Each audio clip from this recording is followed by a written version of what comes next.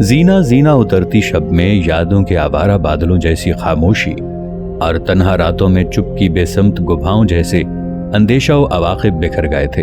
اپنے لشکر کے ساتھ خریم بن مخروم بڑی تیزی سے دریائے دیاتکا کے کنارے کنارے شمال کا رخ کر رہا تھا۔ پھر شمال میں جانے کے بعد اس نے اپنا رخ بدلا اور دائیں طرف موڑا۔ اب اس کا رخ کالمکوں کے شہر گلوزی کی طرف تھا۔ دوسری جانب گلوزی کے کالمکوں کے وہم و گمان میں بھی یہ بات نہیں آئی ہوگی کہ کوئی اجل تانے طریق کی طرح ان کی طرف بڑھ رہا ہے۔ وہ سوچ بھی نہ سکتے ہوں گے کہ رات کی بڑھتی ہوئی خاموشی میں ان کی لذت شوق اور حرص و گناہ پر شبخوں مارنے کے لیے کوئی موت کا پیغام بنے مضطرب سیمابی موجوں کی طرح ان کا رخ کیے ہوئے ہے۔ ان کے وہم و گمان اور آشیانہ خیال میں بھی یہ بات نہ آئی ہوگی کہ کنج در کنج سرسراتی مرگ مبرم کے بگولے لہروں کی طرح پیچ کھاتی صفاکی و درندگی اور نیم شبی کی وحشت کی طرح ان پر وارد ہونے کے لیے ان کے شہر کا رخ کیے ہوئے ہے۔ پھر وقت نے کروٹ لی۔ کالمکوں کے شہر گلوزی کے قریب جا کر خریم بن مخروم کی طرف سے اسے اشارہ ملنے کے بعد خریم اور اس کے لشکریوں نے اس انداز میں تکبیریں بلند کی جیسے لمحہ بلمحہ پرماندگی و کسل کوہساروں کو ریزہ ریزہ زمین کو ہلا کر اور آسمانوں کی مشکیں کھول کر اندیشہ و عواقب سے ماورا اور جذبوں سے بلند تر رہتے ہوئے ان گنت اور لرزا دینے والے زلزلے حرکت میں آ گئے ہوں۔ پھر خریم بن مخروم اپنے لشکر کے ساتھ رجائی و سودائی رات تک سناٹوں میں آندھیوں کے دوش پر سمندر کا جلال لیے ہستیوں کے نزول اور ہر چیز پر چھا جانے والی رات میں سرشاریوں کی فصیل سکھ سپنوں کے بادلوں میں شفق کے لالا رنگ اژدہام کی طرح اترنے والے اہم اندیشوں اور بغاوت کی تحریک بھری غموں کی شدت کی طرح حملہ آور ہو گیا تھا۔ گلوزی شہر پر حملہ آور ہوتے ہوئے خریم بن مخروم نے ایسا انداز اپنایا تھا گویا وہ زندگی سے جینے کے سارے وسائل چھین کر انہیں سرکتی قضا کی بے رخ صلیب پر چڑھا کے رکھ دے گا۔ شہر کے اندر جو کالمکوں کا حفاظتی لشکر تھا اس نے شروع میں بڑا ڈٹ کر مقابلہ کیا، لیکن رات کی گہری تاریکی اور سناٹوں میں جب خریم بن مخروم اور اس کے لشکریوں نے اس کا قتل عام شروع کیا تب گلوزی شہر میں بڑی تیزی سے ان کی حالت تصورات کے ٹوٹے پتوں، اندھی بصیرتوں، لٹے معبدوں، مقتل کے خون آلود دریچوں اور سنسان گلیوں اور ویران ہوتی سانسوں کی ڈوریوں سے بھی بدتر ہونا شروع ہو گئی تھی۔ گلوزی شہر کے اندر کالمکوں کا جو حفاظتی لشکر تھا اس کا مکمل طور پر قلع قما کر دیا گیا تھا۔ پھر گلوزی شہر میں جس نے بھی ہتھیار اٹھا کر خریم بن مخروم کے لشکریوں کی راہ میں رکاوٹ بننے کی کوشش کی انہیں قتل کر دیا گیا۔ اس کے بعد شہر کو جی بھر کر لوٹا گیا۔ جس قدر وہاں سے سامان ملا اسے چھکڑوں میں لادنے کے بعد خریم اپنے لشکر کے ساتھ دریائے دیاتکا کی طرف مڑا اور پھر دریا کے کنارے کنارے وہ شمال کی طرف بڑھتے ہوئے ایک محفوظ جگہ گھات لگا کر بیٹھ گیا۔ دوسری جانب بلغاری ترکوں کا سردار بالا خان پہلے دریائے کاتکا کے بائیں کنارے پر آیا، پھر وہ بڑی تیزی سے شمال کی طرف بڑھا اور وحشی جنگاریوں کے شہر گنگور کا رخ کیا جو کچی مٹی کی فصیل اور اس کے اندر خیموں پر مشتمل تھا۔ پھر وقت کی آنکھ نے دیکھا مسلمان بلغاری ترکوں کا سردار بالا خان اپنے حصے کے لشکر کے ساتھ وحشی جنگاریوں پر درد کی آندھیوں، پستیوں کی پراسرار گونجوں، رقص کرتے برق کے شراروں، رات کی آنکھوں میں اڑتی دنیا بھر کی ملامتوں، کرب کی بکھرتی خاک اور کالی گھور شاہراہوں پر دور تک پھیلی کوہر میں وقت کے گہرے طوفانوں کی طرح ٹوٹ پڑا تھا۔ بالا خان اور اس کے بلغاری ترکوں کے اس حملہ آور ہونے سے بڑے بڑے اجلے تنوں جیسے جوان کٹنے لگے تھے۔ مضبوط جسموں، پرتجسس چہروں اور اپنے آپ کو ہیبت و جلال کا منظم جبر سمجھنے والے جنگاریوں کو بالا خان اپنے سامنے بے ضرر بھیڑ بکریوں کی طرح ہانکنے لگا تھا۔ کچھ دیر تک جنگاریوں کے شہر گنگور میں زندگی کی بیوہ مانگ، روح اور جسم کے اختلافات، سنگین راتوں کے درمیان خوابوں کی دریوزہ گری جیسی کیفیت طاری رہی۔ پھر جلد ہی شہر کے اندر جو محافظ لشکر تھا بالا خان نے اس کی حالت خوش فہمی کے بے یقین قرینوں، درد کے دکھتے نشانات، اسیر آرزوں اور موسموں کی یکبتگی میں نہ سمجھی کی بوسیدہ چادر سے بھی بدتر کرنا شروع کر دی تھی۔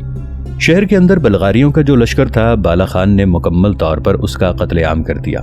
اس کے بعد وہ بھی خریم بن مخروم کے ساتھ پہلے سے طے شدہ لاہ عمل کے مطابق جنگاریوں کے شہر کنگور میں لوٹ مار کرنے کے بعد، ضرورت کی ہر شے سمیٹنے اور اسے چھکڑوں میں لادنے کے بعد شمال کی جانب ایک محفوظ گھات کی طرف چلا گیا تھا۔ دوسری جانب دریائے وولگا اور دریائے دیاتکا کے درمیانی حصے میں جس کوہستانی سلسلے کے اندر لشکر کے تیسرے حصے نے اپنے آپ کو محفوظ کیا تھا اور جس کی کمانداری کوچمان اور گوچلوک کر رہے تھے، اس میں ایک روز بشار اور خریم کے یورت میں سمنائی، تائسی، منگتائی، گوچمان اور گوچلوک بیٹھے ہوئے تھے کہ ایک مسلح جوان نے یورت سے باہر کھڑے ہو کر کوچمان کو آواز دی۔ کوچمان نے اسے اندر آنے کی اجازت دی۔ وہ شخص اپنے گھوڑے کو یورت سے باہر کھڑا کرنے کے بعد جب اندر گیا تو اس کی طرف دیکھتے ہوئے کوچمان نے حیرت اور تعجب سے پوچھا، میرے عزیز خیریت تو ہے؟ کیا تیرے پاس کوئی اچھی خبر ہے؟ ساتھ ہی کوچمان نے اسے ایک نشست پر بیٹھنے کے لیے کہا۔ آنے والا وہ شخص کوچمان اور گوچلوک کے بالکل سامنے ایک نشست پر بیٹھ گیا۔ پھر وہ مطمئن انداز میں کہنے لگا، میں آپ لوگوں کے لیے ایک اچھی خبر لے کر آیا ہوں، اور وہ یہ کہ ہمارے دونوں لشکروں کے شبخوں انتہا درجے کے کامیاب ہوئے ہیں۔ محترم خریم بن مقروم اور قریز بن مقروم دونوں نے کالمکوں کے شہر گلوزی پر شبخوں مارا۔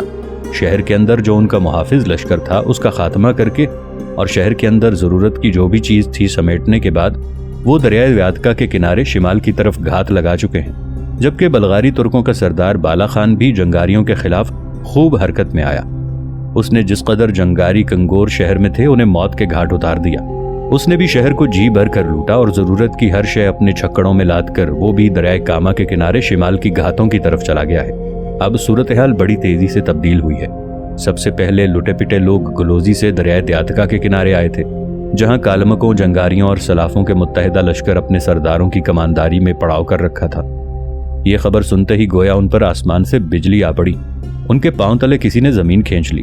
سب سے پہلے جب گلوزی کی تباہی کی خبر انہیں ملی تو وہ تڑپ اٹھے۔ یہ خبر سننے کے بعد تینوں سرداروں سکتور، غلماش اور بارخولہ نے باہم یہ مشورہ کیا اور طے یہ پایا کہ سلافوں کا لشکر دریائے دیاتکا کے کنارے قیام جاری رکھے، جبکہ سکتور اور غلماش اپنے اپنے شہروں کی طرف جائیں۔ اس لیے جن لوگوں نے انہیں خبر دی تھی کہ گلوزی تباہ ہو گیا ہے، انہی نے یہ بھی بتا دیا تھا کہ ان پر حملہ انہی مسلمانوں نے کیا ہے جنہوں نے کچھ عرصہ پہلے ارزوم شہر پر قبضہ کیا تھا۔ یہ خبر سن کر غلماش اور بارخولہ دونوں اپنے اپنے قبیلے کے لشکریوں کو لے کر دریائے دیاتکا سے روانہ ہو گئے۔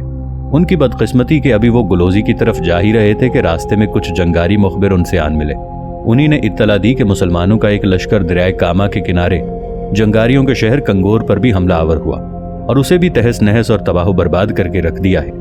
یہ دوسری خبر سننے کے بعد کالمکوں کے سردار غلماش اور جنگاریوں کے سردار بارخولہ کی حالت ناقابل بیان تھی۔ اب صورتحال اس طرح واضح ہوئی تھی کہ کالمک اپنے سردار غلماش کی سرکردگی میں اپنے شہر گلوزی کی طرف گئے ہیں، جبکہ جنگاریوں کا سردار بارخولہ بڑی تیزی سے اپنے شہر کنگور کی طرف چلا گیا ہے۔ اتنا کہنے کے بعد آنے والا وہ شخص جب خاموش ہوا تب بشار نے بڑی بے چینی میں پہلی بار اسے مخاطب کیا، میرے عزیز بھائی، جو خبر تو لے کر آیا ہے وہ یقیناً ہمارے لیے خوشائند اور سکون اور آسودگی کا باعث ہے۔ پھر یہ تو کہو خریم بن مقروم، قریز بن مقروم دونوں بھائی اپنے لشکر کے ساتھ کس جگہ ہیں؟ کیا گلوزی پر کامیاب شبخوں مارنے کے بعد انہوں نے کہیں میدانوں میں پڑاؤ کر رکھا ہے یا؟ اس پر آنے والے نے بشار کی بات کاٹ کر کہنا شروع کیا، میری بہن میں آپ کے تفکرات کو سمجھتا ہوں اور فکر مند ہونے کی ضرورت نہیں ہے۔ گلوزی پر کامیاب شبخوں مارنے کے بعد خریم اور قریز دونوں بھائی شمال کے کوہستانی سلسلوں کے اندر گھات لگا چکے ہیں۔ میرے خیال میں انہوں نے ابھی تک اپنے لاہے عمل کی تکمیل نہیں کی۔ بلغاریوں کے سردار بالا خان اور ان کے درمیان جو معاملہ طے ہے اس کی تکمیل ہونا باقی ہے۔ دوسری جانب بالا خان بھی اپنے کام کی تکمیل کرنے کے بعد گھات لگا چکا ہے۔ اب دیکھیں دونوں مل کر اگلا قدم کیا اٹھاتے ہیں۔ آنے والا وہ مخبر جب خاموش ہوا تب بے پناہ خوشی کا اظہار کرتے ہوئے کوچمان کہنے لگا، میرے عزیزو، خریم بن مقروم، قریز اور بالا خان نے وہ کام سر انجام دیا ہے جو انتہائی مشکل، انتہائی دشوار تھا۔ میرے خیال میں جو انہوں نے گھات لگائی ہے تو یہ ان میں پہلے سے ہی طے شدہ لاہے عمل کے مطابق ہے۔ ان کا گھات میں چلے جانا اس بات کی نشاندہی ہے کہ ابھی وہ کالمکوں اور جنگاریوں پر مزید ضربیں لگائیں گے۔ یہ بھی ممکن ہے کہ کالمکوں کا سردار غلماش اور جنگاریوں کا سردار بارخولہ اپنے لشکریوں کو لے کر اپنے اپنے شہروں کی طرف گئے ہیں تو وہ بھی ان کو اپنا ہدف بنائیں اور ان کو ناقابل تلافی نقصان پہنچائیں۔ خریم اور بالا خان کے ہاتھوں کنگور اور گلوزی کی تباہی اور بربادی کا ایک فائدہ ہمیں بھی ہوگا۔ گو ہم نے کوہستانی سلسلے کے اندر اپنے آپ کو محفوظ رکھنے کے لیے گھات لگا لی ہے، لیکن میں سمجھتا ہوں کہ اب ہمیں کسی دشمن کی طرف سے خطرہ نہیں ہے۔ دریائے دیاتکا کے کنارے جہاں تینوں متحدہ لشکروں کا پڑاؤ تھا وہاں اب ویرانی کا سماں ہوگا اور وہاں صرف اب شکست خوردہ سلاف پڑے ہوں گے۔ کالمک اور جنگاری اپنے شہروں کی طرف کوچ کر چکے ہیں۔ اب سلاف کبھی یہ جرت اور جسارت نہیں کریں گے کہ وہ دریائے دیاتکا کو عبور کر کے اپنے شہر ارزوم میں کبھی داخل ہونے کی کوشش کریں، یا یہ کہ وہ ہم پر حملہ آور ہو کر اپنے لیے فوائد حاصل کرنے کی کوشش کریں۔ میرا اندازہ ہے کہ ایسا وہ ہرگز کرنے کی جرت نہیں کریں گے۔ اب ہم نے یہ دیکھنا ہے کہ خریم، قریظ اور بالا خان جو اپنی اپنی گھات میں جا چکے ہیں، کالمک اور جنگاری اپنے اپنے شہروں کی طرف روانہ ہوئے ہیں، اب ان کے خلاف بالا خان اور قریظ بن مقروم کیسے رد عمل کا اظہار کرتے ہیں۔ بہرحال ان دونوں قبیلوں کے جانے کے بعد دریائے دیاتکا کے کنارے سلاف اب ہمارے لیے خطروں اور اندیشوں کا باعث نہیں رہے۔ یہاں تک کہنے کے بعد کوچمان جب خاموش ہوا تو آنے والا ہرکارا پھر بول اٹھا۔ ہمارے کچھ مخبر سلافوں پر گہری نگاہ رکھے ہوئے ہیں، ان کی نقل و حرکت کا جائزہ لے رہے ہیں۔ کالمکوں اور جنگاریوں کے شہروں کی تباہی کے بعد وہ دیکھیں گے کہ سلاف کس رد عمل کا اظہار کرتے ہیں۔ یہاں تک کہنے کے بعد وہ ہرکارا خاموش ہوا تو کوچمان نے اسے مخاطب کیا، میرے عزیز اب تو جا کے آرام کر، اس کے بعد میں تفصیل سے تیرے ساتھ گفتگو کروں گا۔ اس پر آنے والا وہ ہرکارا وہاں سے چلا گیا۔ رات گہری ہوتی جا رہی تھی، سب رابطے ضابطے، ہمراہیاں گمراہیاں تاریکی کے بحر بے قرار میں غرق ہو چکے تھے۔ ہر نظر بے بصر، ہر صدائے بے صدا، ہر ہنرمند ناکارہ، ہر سزائے دربدر، حتیٰ کہ حروف و معانی کا رشتہ گہری تاریکی میں منقطع ہو چکا تھا۔ ایسے میں خریم بن مقروم دریائے دیاتکا کے بائیں کنارے انتہائی شمال کے کوہستانی سلسلوں میں اپنے حصے کے لشکر کے ساتھ گھات لگائے ہوئے تھا۔ وہ چوکس اور چوکنا تھا۔ اسے امید تھی کہ جب کالمک اپنے شہر گلوزی میں داخل ہوں گے اور وہاں پھیلنے والی تباہی اور بربادی دیکھیں گے تو وہ ضرور اس کے خلاف حرکت میں آنے کی کوشش کریں گے۔ اسے بالا خان کی طرف سے بھی دریائے کاما کے قریب چنگاریوں کے شہر گنگور پر حملہ آور ہونے کے نتائج کا انتظار تھا۔ ایسے میں ایک منگول ہرکارا دھیمی دھیمی آوازوں میں گھنٹی بجاتا ہوا اس طرف آیا جہاں خریم بن مقروم اور قریظ بن مقروم دونوں بھائی اپنے چند چھوٹے سالاروں کے ساتھ بیٹھے ہوئے تھے۔ جو ہرکارا گھنٹی بجاتے ہوئے آیا تھا اس نے وہ گھنٹی لکڑی کے ایک چھوٹے سے ٹکڑے کے ساتھ باندھ رکھی تھی۔ وہ لکڑی ہلاتا جا رہا تھا جس سے گھنٹی بجتی تھی، ہلکی ہلکی آواز فضا میں ابھرتی تھی۔ ہرکارا جب ان دونوں بھائیوں کے قریب آیا تو انہوں نے اپنے سالاروں کے ساتھ اپنی جگہ سے اٹھ کر اس کا استقبال کیا۔ پھر خریم بن مقروم نے آنے والے ہرکارے کو اپنے قریب بٹھایا اور اسے مخاطب کیا، میرے عزیز کیا تو کالمکوں کی طرف سے کوئی خبر لے کر آیا ہے؟ کیا وہ ہمارے خلاف کسی رد عمل کی ابتدا کرنے والے ہیں؟ اس پر آنے والا مسکرایا اور کہنے لگا، امیر میں کالمکوں کی طرف سے کچھ نہیں لے کے آیا، میں آپ کی طرف ایک اچھی خبر لے کر آیا ہوں۔ جس طرح آپ نے کالمکوں کے شہر گلوزی پر حملہ کیا، شہر کو تباہ و برباد کر دیا اور شہر کے اندر سے ضرورت کی ہر شے اپنے چکڑوں میں لاد کر آپ اپنے پاس گھات میں لے آئے ہیں، بالکل اسی طرح بلغاری ترکوں کا سردار بالا خان جنگاریوں کے شہر کنگور پر حملہ آور ہوا۔ شہر کو اس نے نیست و نابود کر دیا، ضرورت کی ہر شے اس نے بھی اپنے چکڑوں پر لا دی۔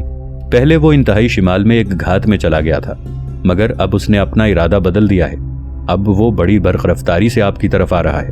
میں نے ان کے ساتھ ہی اپنا سفر کیا تھا، میں تھوڑا سا آگے آ گیا ہوں، تھوڑی دیر تک بالا خان اپنے لشکر کے ساتھ یہاں پہنچنے والا ہے۔ اس پر خریم بن مقروم اٹھ کھڑا ہوا، اس کی طرف دیکھتے ہوئے دوسرے سالار بھی اٹھ کھڑے ہوئے، پھر وہ بالا خان کے آنے کا انتظار کرنے لگے تھے۔ تھوڑی دیر بعد بالا خان اپنے لشکر کے ساتھ اس کوہستانی سلسلے میں داخل ہوا۔ خریم بن مقروم اور قریظ بن مقروم دونوں بھائیوں نے بالا خان اور اس کے سالاروں کا بہترین انداز میں استقبال کیا اور پھر سب وہاں آ کے بیٹھے جہاں بالا خان کے آنے سے پہلے خریم بن مقروم نے آنے والے ہرکارے سے گفتگو کی تھی۔ سب سے پہلے خریم بن مقروم اور بالا خان دونوں نے ایک دوسرے کو اپنی کارگزاری کی تفصیل بتائی۔ جب وہ ایک دوسرے کے متعلق تفصیل جان چکے تب بالا خان نے خریم بن مقروم کو مخاطب کیا، میرے عزیز پہلے میرا ارادہ تھا کہ جنگاریوں کے شہر کو برباد کرنے کے بعد شمال میں بالکل تمہاری طرح دریائے کاما کے کنارے گھات لگا لوں گا، لیکن بعد میں نے کچھ سوچتے ہوئے اپنے ارادوں کو تبدیل کر دیا۔ میں نے سوچا مجھے اور آپ دونوں کو علیحدہ علیحدہ رہ کر اپنی طاقت اور قوت کو تقسیم نہیں کرنا چاہیے۔ اس طرح اگر ہم دونوں علیحدہ علیحدہ رہتے ہیں اور جنگاری اور کالمک دونوں متحد ہو کر یا سلافوں کو بھی اپنے ساتھ ملانے کے بعد باری باری ہمارے خلاف حرکت میں آتے ہیں تو اس طرح اگر وہ مکمل طور پر ہم پر فتح نہیں پا سکتے تو کم از کم ہمارے نقصان کا باعث بن سکتے ہیں۔ اسی بنا پر میں دریائے کاما کے کنارے شمالی حصوں میں جو میری گھات تھی سیدھا وہاں سے نکلا اور آپ کی طرف چلا آیا۔ اب میرے عزیز میرے ذہن میں جو لاہے عمل ہے وہ میں بیان کرتا ہوں، اگر آپ کو پسند ہو تو وہ طریقہ اختیار کیا جائے گا، ورنہ دشمنوں پر ضرب لگانے کے لیے کوئی اور طریقہ استعمال کر لیا جائے گا۔ یہاں تک کہنے کے بعد بالا خان رکا، اس کے بعد وہ دوبارہ کہہ رہا تھا، عزیز خریم بن مقروم یہ بات تو عیاں ہے، سلاف اس وقت دریائے دیاتکا کے کنارے وہیں قیام کیے ہوئے ہیں جہاں تینوں قبائل کے متحدہ لشکر نے پڑاؤ کیا تھا۔ اب کالمک اپنے شہر گلوزی کی طرف گئے ہیں۔ دونوں قبائل جب اپنے شہروں کی بربادی کا سما دیکھیں گے تو یاد رکھنا ہمارے خلاف حرکت میں ضرور آئیں گے۔ مجھے یہ بھی یقین ہے کہ وہ فردن فردن یہاں اکیلے ہمارے خلاف کوئی کارروائی نہیں کریں گے۔ کالمک جنگاریوں سے رابطہ قائم کریں گے اور متحد ہو کر پھر ہمارے خلاف کوئی کارروائی کریں گے، اس لیے کہ جنگاری بھی اپنے شہر کنگور کی طرف گئے ہیں۔